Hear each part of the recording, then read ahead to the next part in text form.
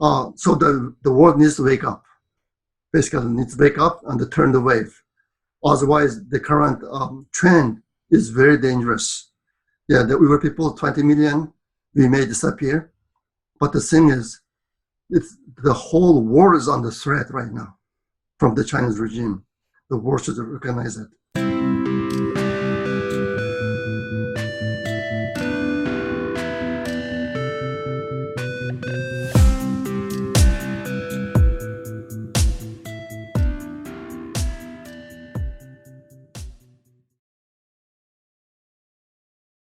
So, Dr. Erkin Sidick, welcome to the show.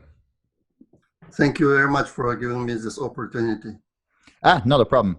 I think, as I mentioned before we started, this issue is one that needs more coverage, and I have been quite shocked at the lack of outrage or outcry. So I've got you here to talk about the Uyghur Genocide in China. And so why don't you start by just giving us an idea of who the Uyghur people are and what part of China we're dealing with here? Okay. We call our homeland as East Turkestan, and China calls it Xinjiang Uyghur Autonomous Region. It lies in the very heart of Asia, situated along the fabulous Asian Silk Road. It has been a prominent center of commerce for more than 2,000 years.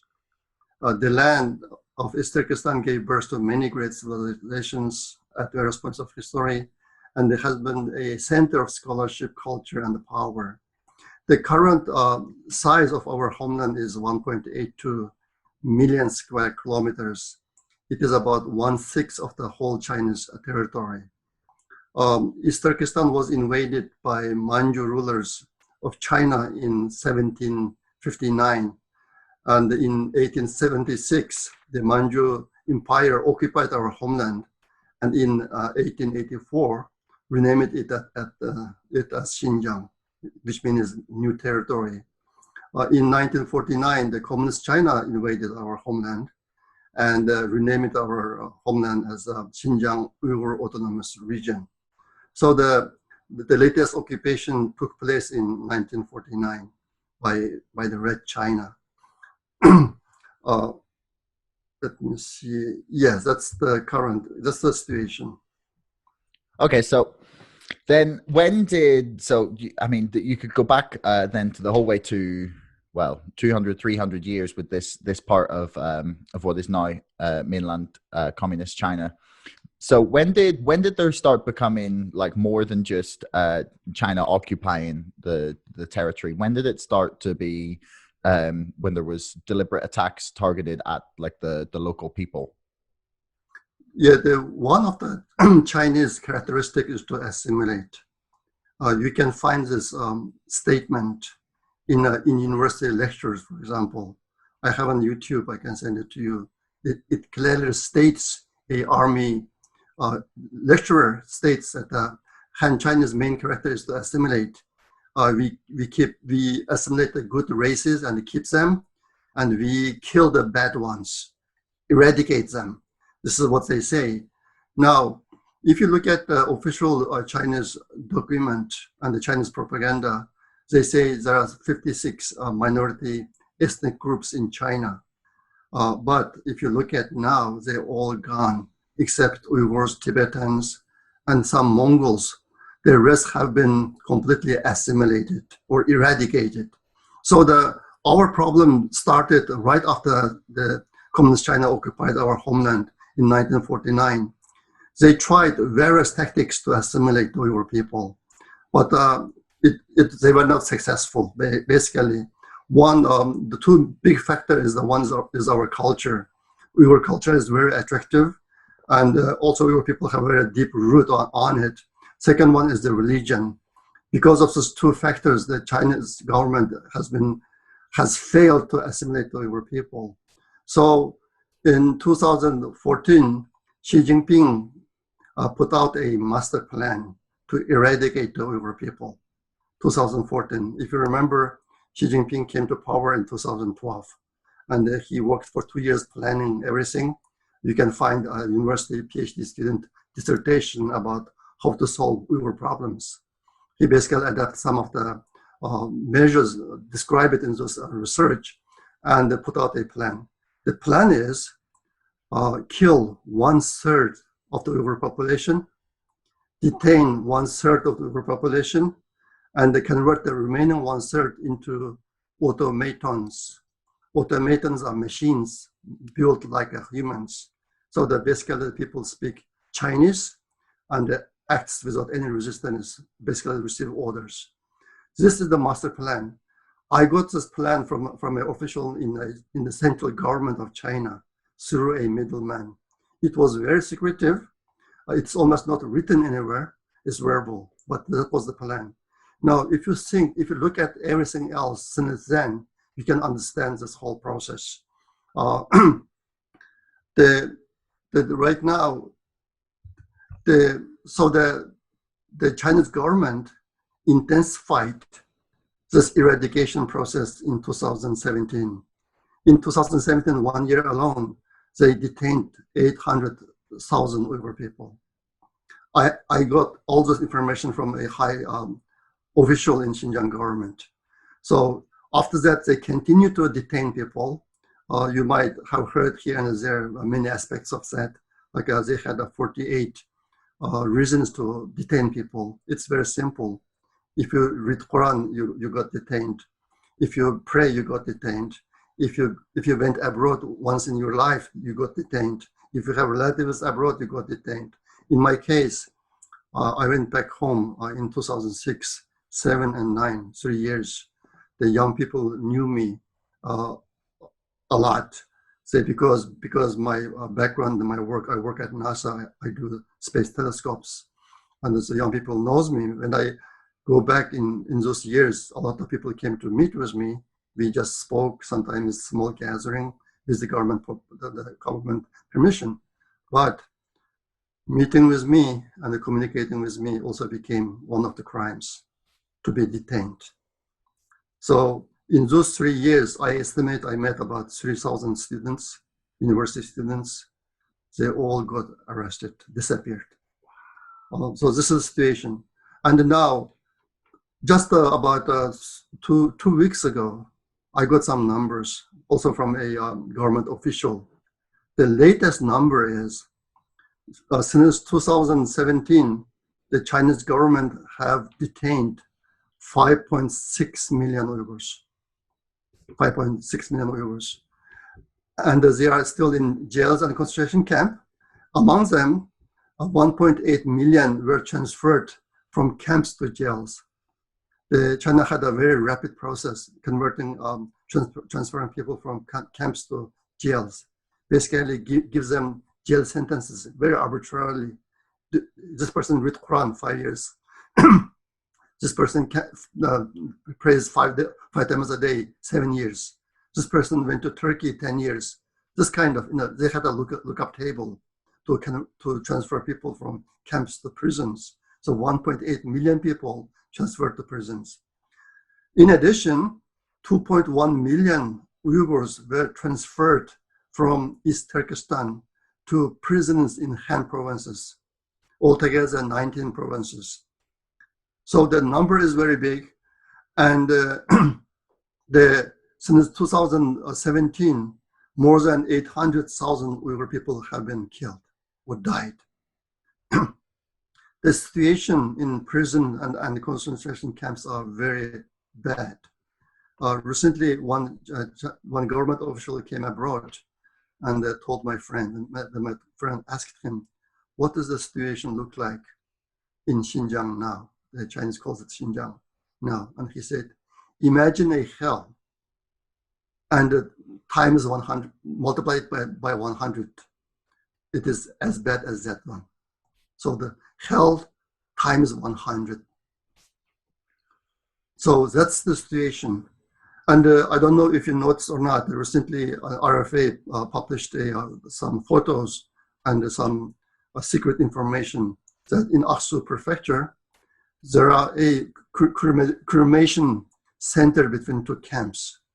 I have been telling this that China is killing the Uyghurs in large numbers in a distributed way.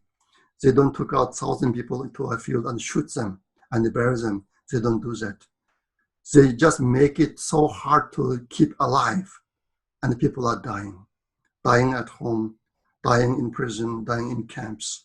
And there's cremation centers. If you can Google just cremation centers, cremation facilities in Xinjiang, and see what you see.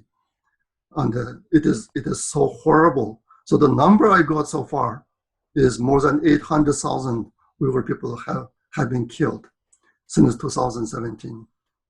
And as you know, China stopped Uyghurs' natural growth completely through birth control, sterilization. All the Uyghur females in concentration camps were given some kind of shots or medicines so that they don't have a period anymore. They stopped menopause, even as young as 18 years, girls. So no more Uyghurs are born now. It stopped completely.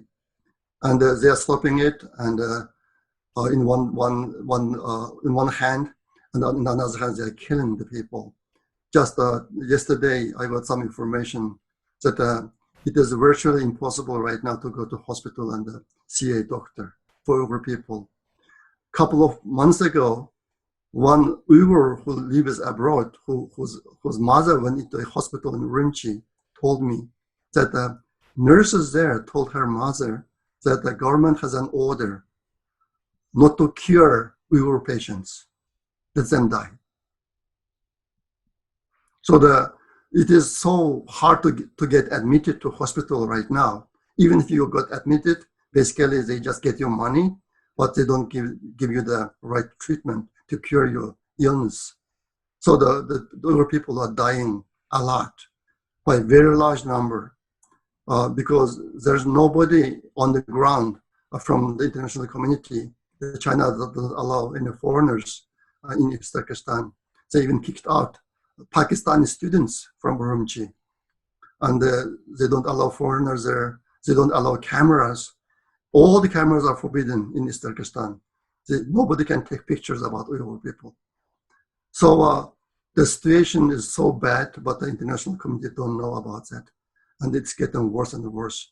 We are heading to that numbers. The number I just quoted, one third. There are about 20 million Uyghurs by our count. The Chinese government said recently, by the end of 2018, there were about 12 million Uyghurs. But the population number of the minorities is also a top secret in China, state secret. They don't give out the real number. Just like everything else, China lies about everything else. Pompeo just pointed out recently, when it comes to China, distrust and verify. It's the same situation. There is a video from a retired Army general in the US. He gave a presentation somewhere. He mentions he linked to the CIA. And he says there are 20 million Uyghurs in Xinjiang. So our population is 20 million. So if you look at one third, we are talking about 7 million. On September 23rd, 2018, Al Jazeera TV had an interview with Nuri Turkel, one lawyer in the US, and another person, Victor Gao. He's the vice chairman of a Chinese think tank. Also, he was a translator to Deng Xiaoping when Deng Xiaoping visited the US in 1970s. He said in the TV, I still have the YouTube video, that altogether there are 6 or 7 million Uyghurs. He said this in September 2018. So China already planned to keep only like a 6 or 7 million Uyghurs, get rid of the rest. That is the reality. The unfortunate situation is, if you look at most of the Western media, they still say more than 1 million Uyghurs have been detained. That's not true. That number was true in January of 2018. There's an article on that one. This 800,000 to 1 million Uyghurs were detained, but the people still using the same number. The size of the concentration camps doubled, tripled since then. And China is still building new camps, new prisons right now. and they're still detaining new people. I got information recently. Everywhere they're detaining new people, and it's very hard to make up the quota. The government is issuing quota to each police stations, police unit to detain how many people, and they are having a hard time to find those people because they are all gone, especially in cities, towns, villages. All the big or small cities is empty now. This is the current situation, and because lack of reporters on the ground, and the UN or other the international institutions didn't send any observer or investigator, and China is carrying out their plan, their master plan. Recently, I learned the CCP regime had 3 plans: Plan A, Plan B, Plan C, and they tried Plan A and succeeded. So they didn't need to try Plan B and C. And about a month ago, the Xi Jinping held a Xinjiang meeting in Beijing, and he said there that all the policies put in place in Xinjiang are correct, and we will pursue it forever. So people think that there is an international pressure built up right now against the Chinese regime, but it is not working. And they just declared to the world that what we are doing is right, and we will continue.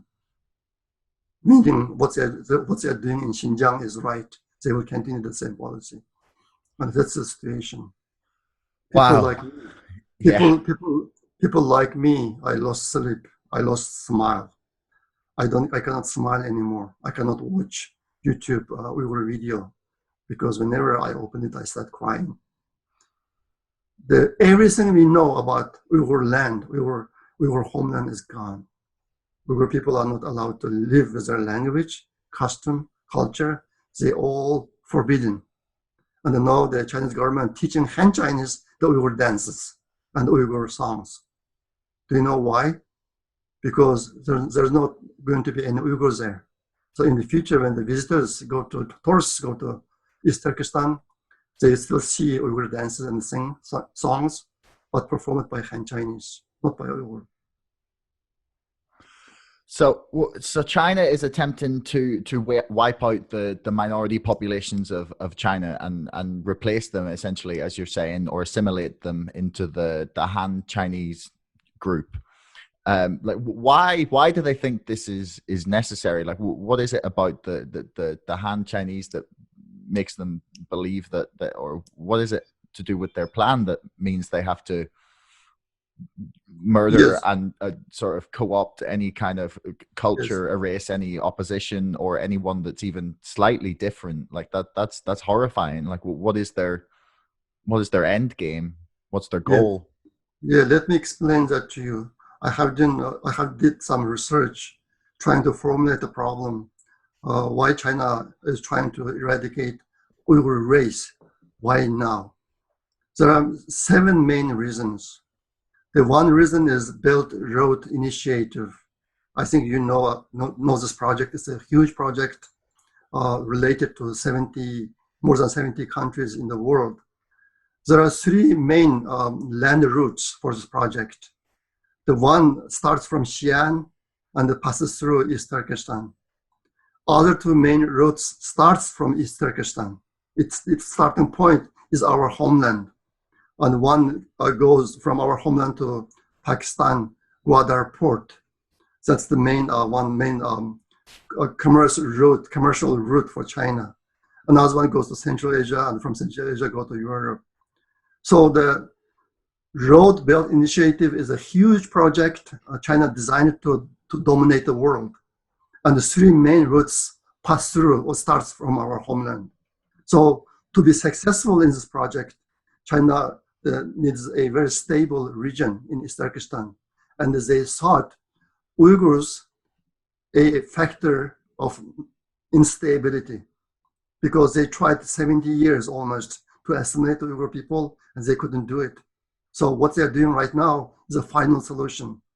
They want to eradicate Uyghur people and achieve stability in East Turkestan, so that they are successful in road Belt initiator. That's the number one reason. Number two reason is China's concern about China's concern about the war between China and the U.S. There were some meetings I learned in the U.S. about some strategic plan how to destabilize China from inside, and they thought about the Uyghur people. Uyghur people is the main advantageous factor for that. The retired general talks about that thing too. And the China thought that one day, if China goes to war with the U.S. can easily arm 300 to 500,000 Uyghur people, young, strong Uyghur people in East Turkestan, and those people will fight alongside the U.S. against China. There is a Chinese general. He's also an advisor to the Central Army Committee. He's a professor at the China National Defense University. He has a lecture given in 2011. He talks about the subject. He says China is saying terrorist is the main reason, main threat to our country, but it's not. It is the Uyghur people. The Uyghur people has a huge population in Kashgar and Khotan, and like 95% of those regions are Uyghurs. And he says this: if China goes to war with the US, US can easily arm 300 to 500 young Uyghur men, and they will fight against China. I will use my power to solve this problem. This is what he said in 2011. So what you see right now, he is solving the problem. The first round of the detention took place mostly in Kashgar, Khotan, 500,000 young men.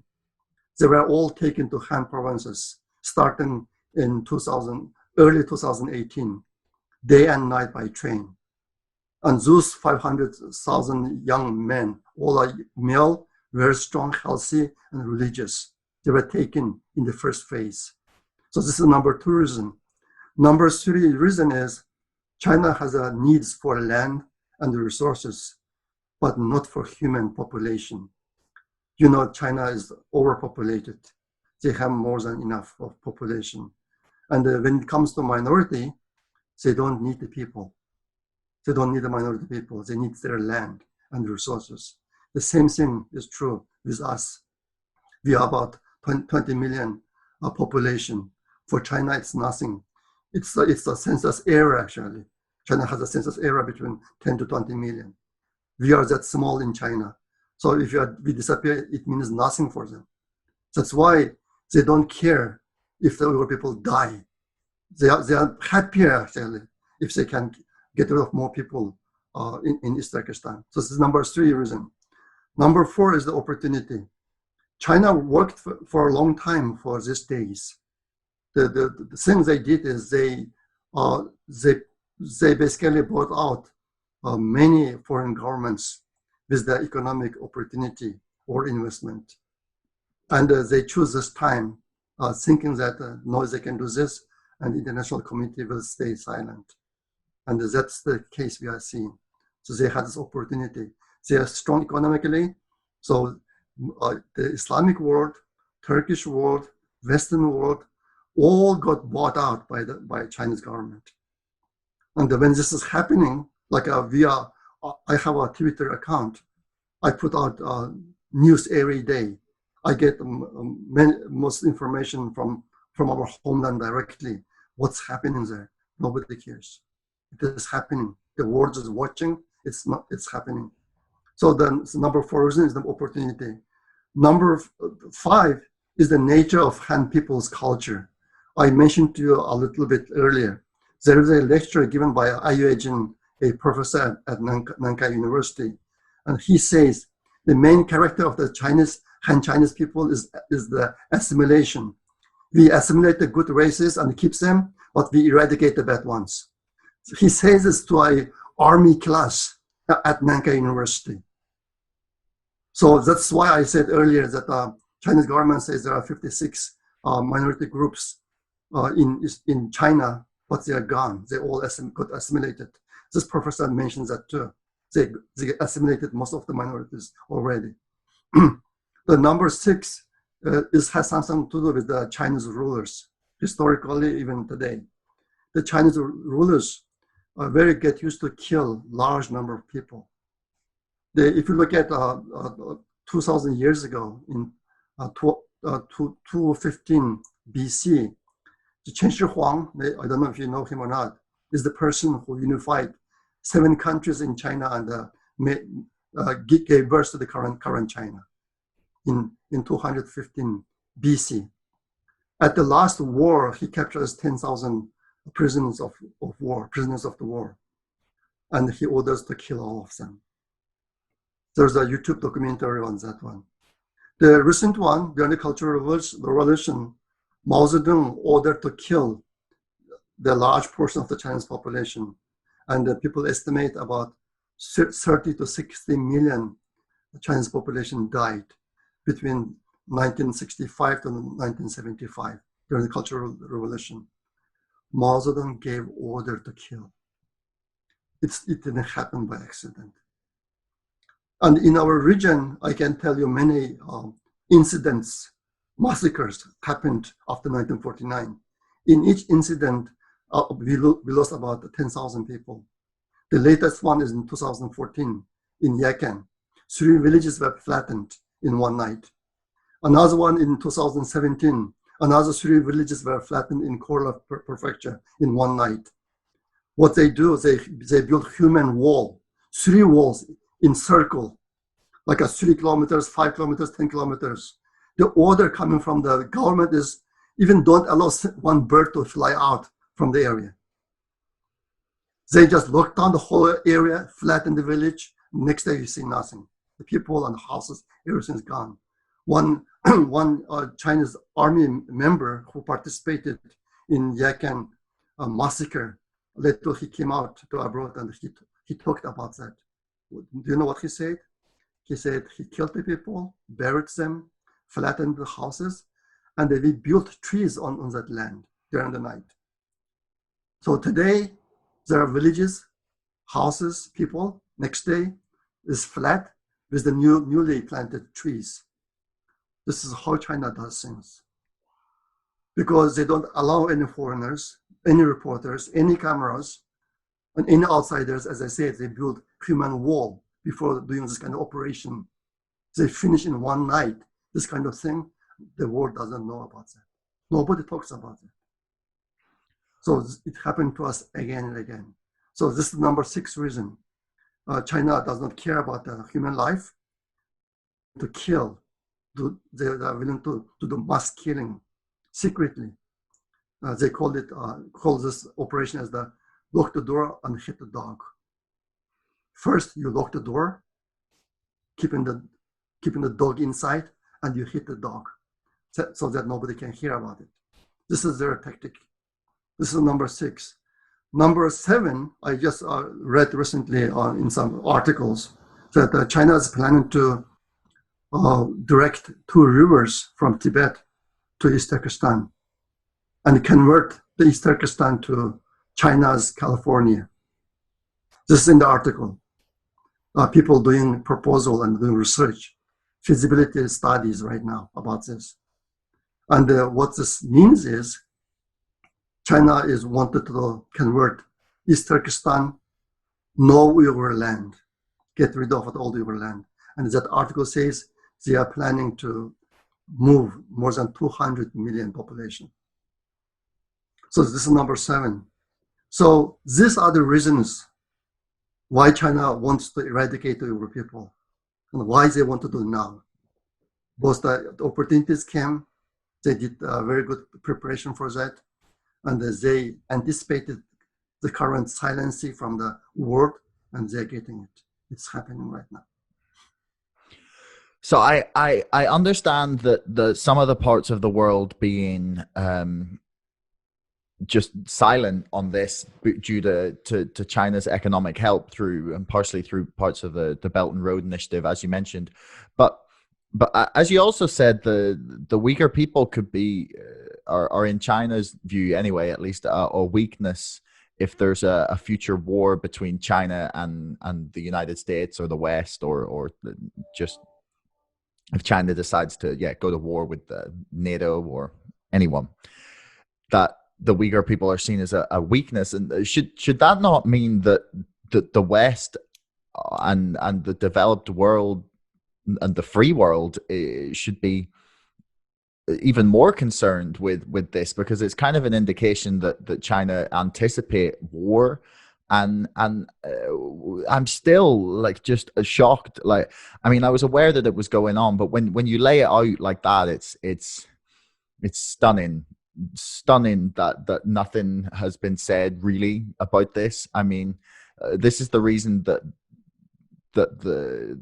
like the Allies went to war against Hitler, was because he was I don't even think they were aware of the extent to which Hitler was killing people. Like, as far as I was aware, that like early in the war, especially before he had started his final solution, it was literally even just the idea that they were promoting like one race above others. We didn't even know really like the extent to which he had started to kill or was planning to kill the Jewish people, and yet here we are sat not saying anything and not imposing huge sanctions against China for doing something that, like, I'm taught at school is the worst thing that ever happened in history. Like, I mean, it's probably got some competitors in history, especially by the sounds of Chinese rulers that you've listed there that have killed a lot of people. But yeah, I'm stunned at the lack of reaction from nations that haven't been bought off. Like, why do you think for example, Europe or NATO or America haven't come out and said you cannot do this or we will like invade, essentially? Like, that seems like where it should be at with the level of death and destruction that's going on. Yes, it is true. The assumption that if China and the US goes to war, the Uyghurs will help US. It's an assumption. It is just like one woman, some woman got pregnant, and the government says, okay, if you give birth to this child, he or she will become a killer. So let us get rid of them now, when they are still in the stomach. It is the same thing that what the Chinese government is doing to the Uyghur people. It's an assumption, and carrying out this kind of operation. Yeah, the world does not understand China and the Chinese rulers. That's the main problem. Earlier I said the Chinese government bought out many governments around the world. When they bought out governments, they don't bought out the whole government. They buy out the top leaders, basically. They put money in the pocket. They have other tactics too. If you do a little bit of research, you will know this. So the thing is, I think there's no willingness to look into this problem. What's happening to the Uyghur people? Just looks like the 20 million Uyghurs, and we are Muslims. And as you know, the many Western countries don't care about Muslims that much. But the thing, in our case, I call ourselves a political Muslims because the China never allowed us to practice our religion. I didn't learn a single verse in school. I was born and grew up in that land, but I didn't learn anything at school about religion. My daughter learned more religion in the U.S. school. The one time when she was at the 7th or 8th grade, brought back a book, social studies book, and I looked at it. It had one chapter on Islam. I was almost cried because we never had education like that back home. This is our situation. But the many countries in the West, just right now, all the reporters love to call us Uyghur Muslims. It is a very bad label to us. That label alone is causing a very huge damage to us. And in reality, I laid out 7 reasons for you today why China is trying to eradicate Uyghur people. There's no religion in it, because the China is doing the same thing to Buddhists, Christians, and all other religions as well inside China. So the Chinese government brought out the leaders, including the UN. The UN is horrible. The UN is completely lost its functionality. It's nothing left right now. You see, recently the Chinese government representative was in the UN Human Rights Council, and they were discussing the human rights in the US. China is evaluating the human rights in the US.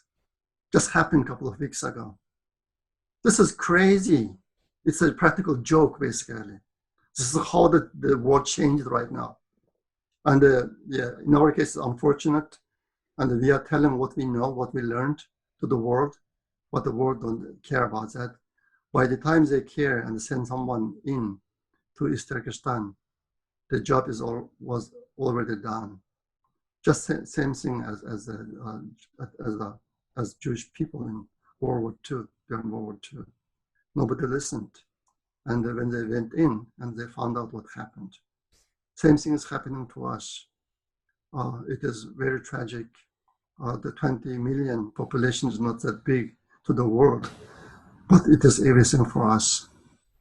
And I don't know how many relatives I lost because my communication was cut off since 2017, January. I don't know anything about my extended families. This is the situation, and we cannot communicate. We cannot call. We cannot send email or send text messages. We cannot. We are living in a situation like this. All the Uyghurs abroad right now, and the world know about that, and nobody cares. The world changed so much in the last couple of decades. It is so amazing. We are still learning right now from the U.S. election how much the world changed. The Uyghur people also became a victim for that kind of situation. We are becoming the victim of such a situation. So, do you think that the America and Britain are really scared to confront China on this? Are they? Do they feel like they can? Do they feel scared of what China are capable of? Like, it is mainly economic interest. The U.S. is doing the most, and we are very grateful. They came up with law bills about Uyghur and punishing some Chinese government officials. The U.S. is doing very aggressively some good jobs for us. But the thing is, it's not stopping China. China declared again that what we are doing is right, and we will continue. So this kind of pressure is not working. I only think that there are hope in two things. One is when the communist Chinese regime come down and a democratic system is established there, we have hope. This is the number one. Number two is the international institutions should be rebuilt, and they should send independent observers and the station in East Turkestan to see firsthand what's happening there. Unless one of these two things happens, the Uyghur peoples are continuously being victimized. We are losing thousands of people every day. It is continuing. And the whole Uyghur nation right now living in fear, traumatized basically. You cannot find normal people anymore. Wow, that's pretty stunning. So, what do you think it would take to stop China? Like, what does the international community need to do in order? Like, what sort of pressure would they listen to? Yeah, the most important thing is the international community should realize that China is heading to dominate the world. It is their master plan. The Road Build Initiative is designed for that, so that China becomes the ruler of the world. But if China becomes the ruler of the world will be very different. It is not somewhere that you want to live. It is very different. It's going to be very different from what it is now. The world should recognize this. And I mentioned a little bit how we can solve this problem. the current international establishments don't work anymore because they bought out. Like UN is a tool for China. WHO is a tool for China. The World Trade Organization, WTO, is a tool for China. Every this international establishments became a tool for China right now. China can do anything with them. So the world needs to wake up. Basically, needs to wake up and turn the wave. Otherwise, the current trend is very dangerous. Yeah, the Uyghur people, 20 million, we may disappear. But the thing is, the whole world is under threat right now from the Chinese regime. The world should recognize it. So the solution, I think, to reestablish the international institutions in the way what happened after World War II. At that time, the international institutions meant something. They could do some jobs, good jobs, after World War II. But it's not happening now. As I said, China is evaluating US's human rights records. What is that? Why you putting 5+ million people in the concentration camps and jails just because they are Uyghurs? What kind of world is this right now? Again, just the two things. One is the get rid of the Chinese regime, current communist Chinese regime. That's the one solution. The other one is rebuild the international institutions to overlook the human rights situation in the world, humanity in the world.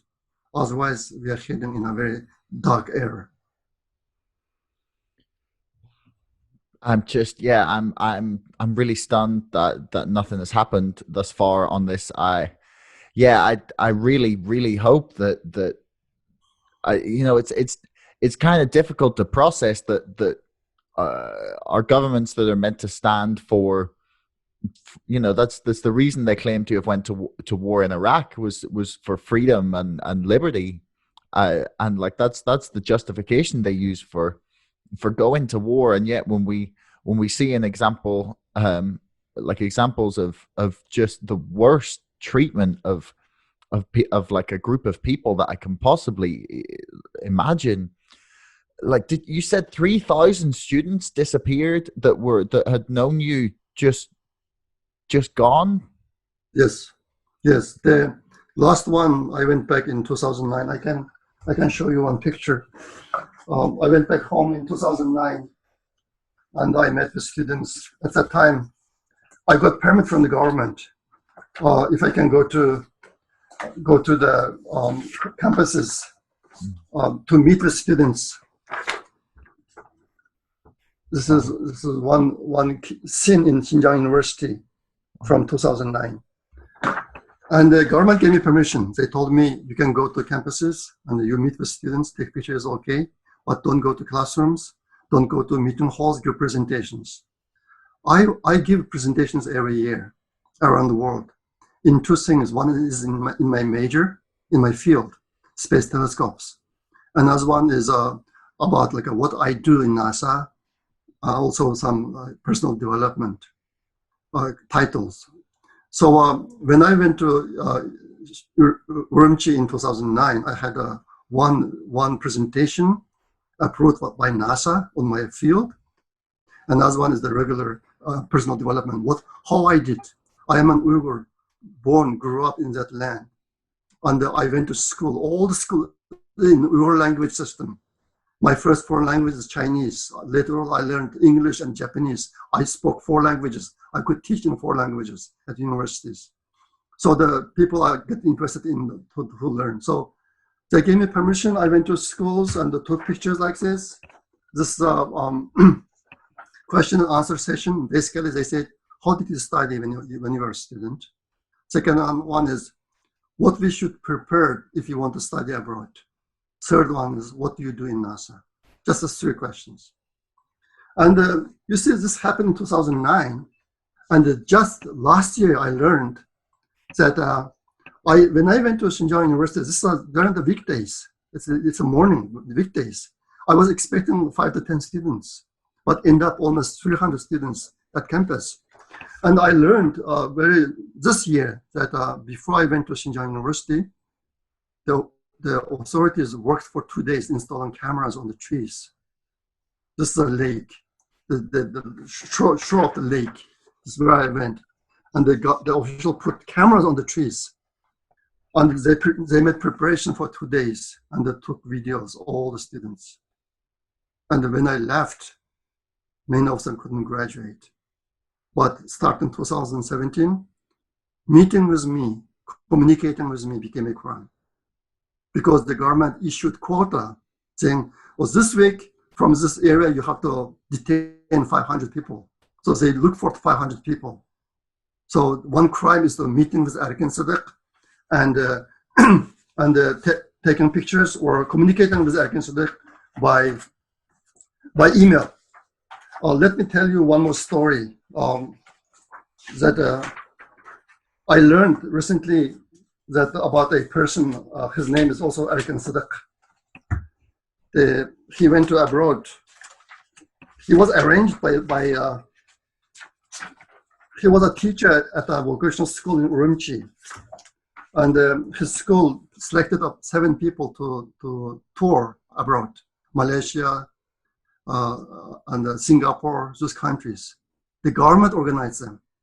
They went there for 2 weeks and they came back. But when they came back to Beijing, he was arrested because his name is Erkin Sidick. And the lead of the group is Han Chinese, the school officials. And he said, I testify, he's not the Erkin Sidick in the US. This is a school teacher of our school. He's a very good guy. That's why we selected him to go this tour. And the police said, this is not none of your business. They detained him for 3 days and released him after that. The police came to, this is not his picture, by the way. I tried to get his picture, but I couldn't get it because people were so scared. People went to the school asking about him. Everybody, when they hear his name, so scared, ran away. Nobody gave his picture. And he was taken back to Urumqi, died 1 week later. He's 50 years old only, and he died because he has a name of Erkin Sidick. And this guy, Nur Mehmet Mutalib, came to the US in 2000, got 2 master degrees in business administration. His dad is a businessman in East Turkestan, very rich, billionaire. And he came to US and got 2 master degree, and he had these 2 kids. And after graduation, he went back. His dad asked him to come back and serve his people. He went back. He was detained in January of 2018 and released in October, but died 9 days later. 42 years old. Do you know why? Look at his body. He is young, strong Uyghur man. He is in the category of one day will fight with the US against China. That kind of guy. This is what they are doing to people like him. And let me show you one more picture.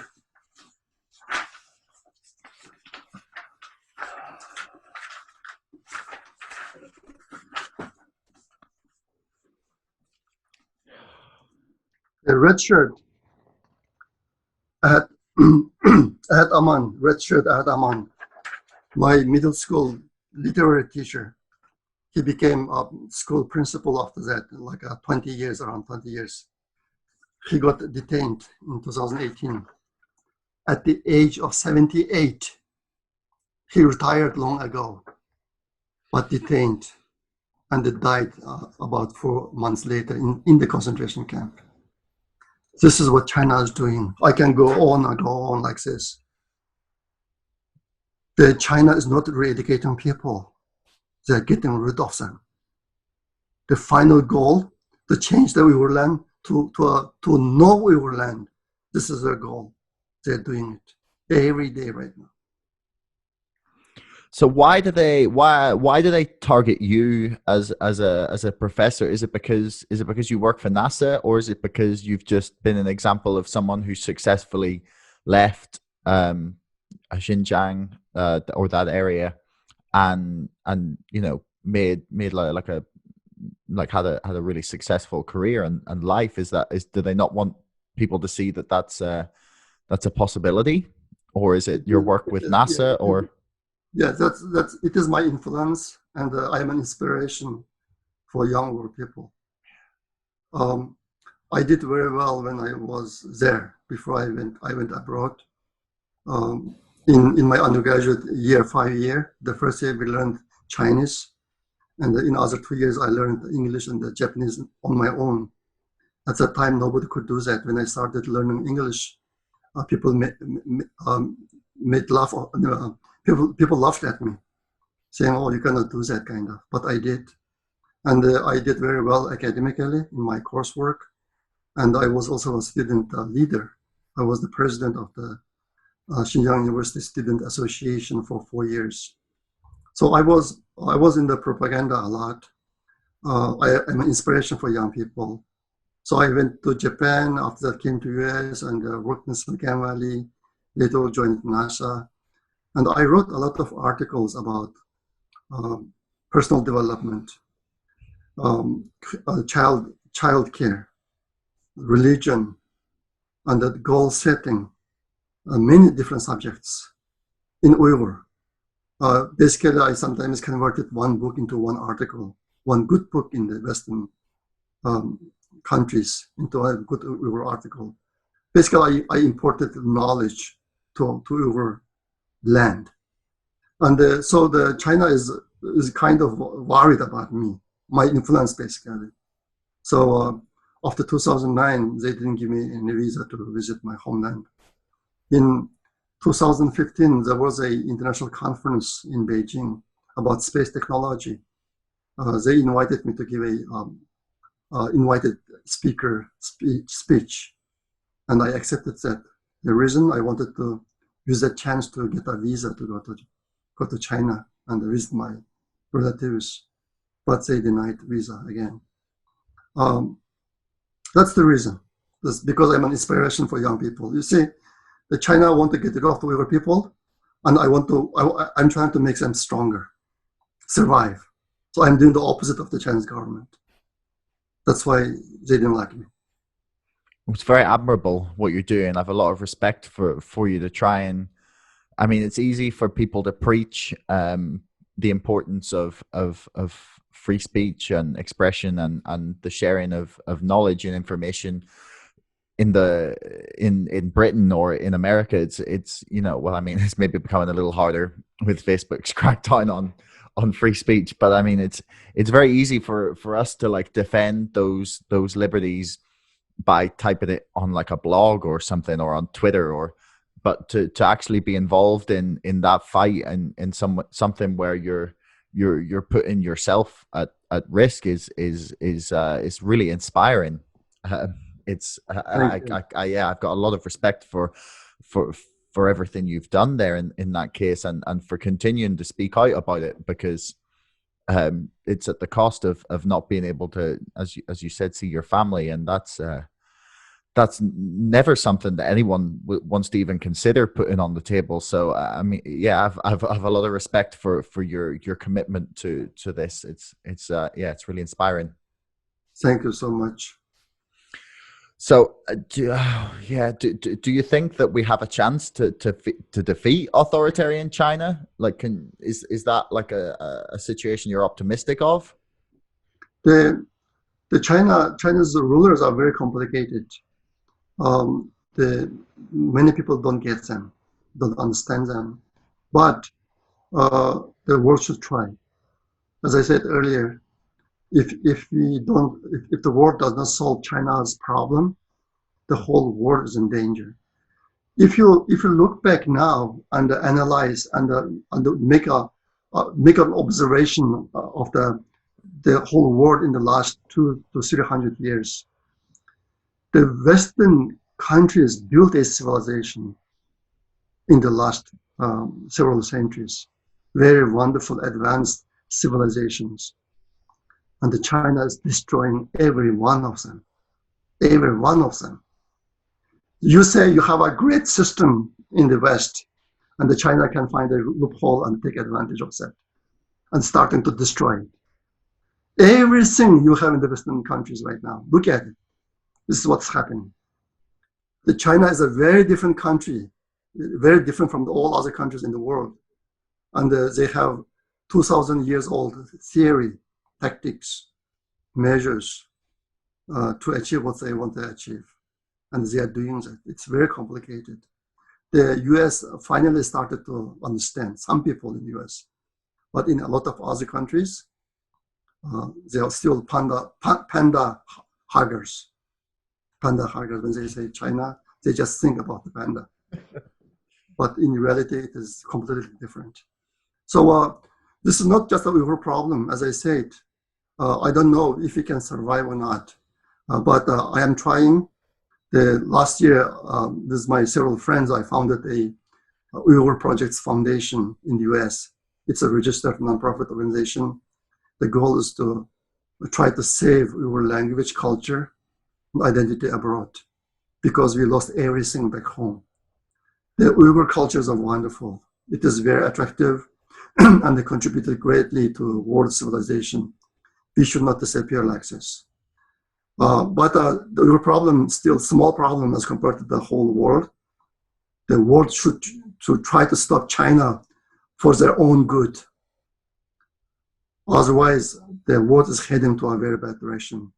If you look carefully about what's happening recently, everything is influenced by China. All the bad things, terrorism, the Al-Qaeda, ISIS, Iran, North Korea. Just look around. Every bad thing, Iran, every bad thing China is involved with them. China is helping them out. And they're calling us the terrorists. So the world needs to wake up, do something for their own good. Well, I feel like that's a pretty solid point to leave it on. I mean, people need to realize that the horrors occurred in in history are not confined to history, and people are capable of some awful things, as the Chinese government are obviously, yeah, very, very complicit and active in genocide. You can't call it anything else. So I think it's important for people to make sure we remember that, and not forget it, or you may regret it. So thanks very much, Dr. Sidick. It's been a really eye-opening conversation. Thank you very much for this opportunity as well. Thanks so much for listening. If you haven't already and you enjoyed this episode, please subscribe to this podcast and to our mailing list. And don't forget, my book, Brexit, The Establishment Civil War, is now available for pre-order on Amazon. You'll find the link in the description below. Until next time, thanks so much for listening.